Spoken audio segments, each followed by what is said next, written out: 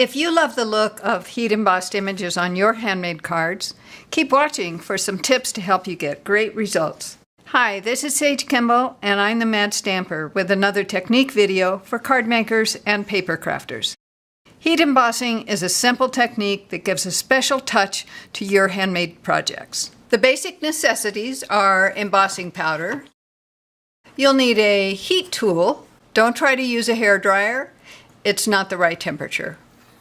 And you'll need ink that the embossing powder will stick to.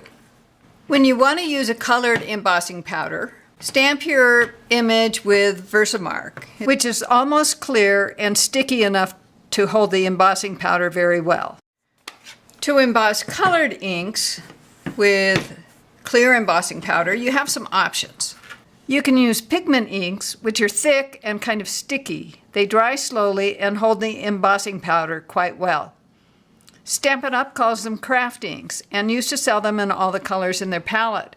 Now they only sell Whisper White craft ink because their new ink pads have made carrying all the colors in two types of inks unnecessary. Dye inks are more common than pigment inks. They're water-based and they dry as soon as they're applied, which means they won't hold the embossing powder. So Stampin' Up! Used to sell dye inks on these old felt pads.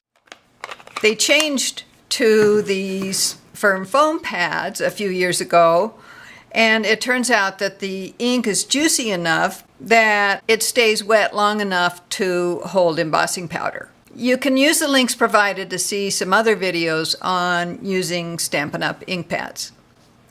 If you have dye inks with regular felt or woven pads, you can ink your stamp first with Versamark, then with the dye ink, stamp it on cardstock, cover it with clear embossing powder, and you'll find that it sticks quite well.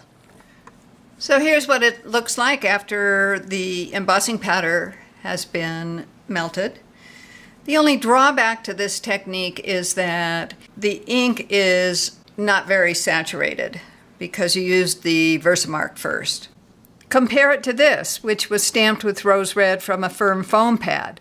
The color is deeper and more saturated. The following tips will help prevent getting bits of embossing powder where you don't want it.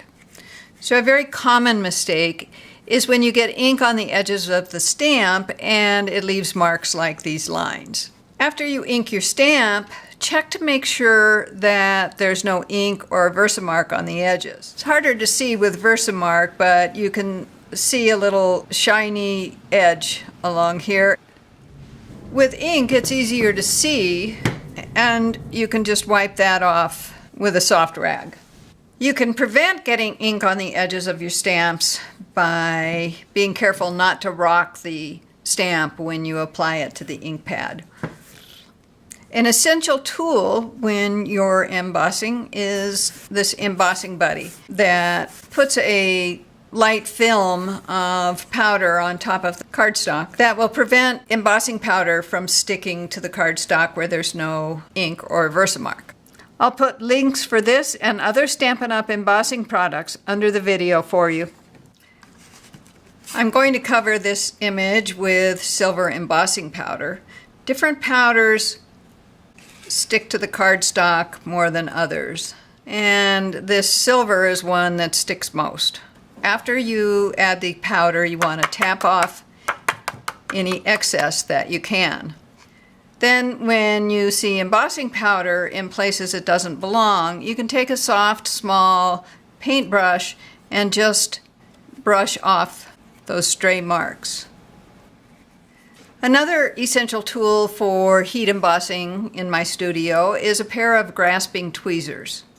I let them hold the cardstock when I use the heat tool so my fingers don't get burned.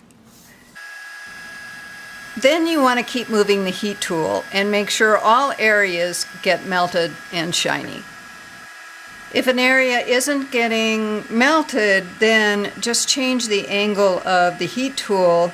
It just may not be pointing directly at that area. I hope these tips will help you get beautiful results when you heat emboss in your craft room. Thanks for watching. Please like this video, share it with your friends, and leave me a comment. For more inspiration and instructions, be sure to sign up for my newsletter at www.stampingmadly.com. And don't miss another great video. Subscribe to the Mad Stamper YouTube channel now.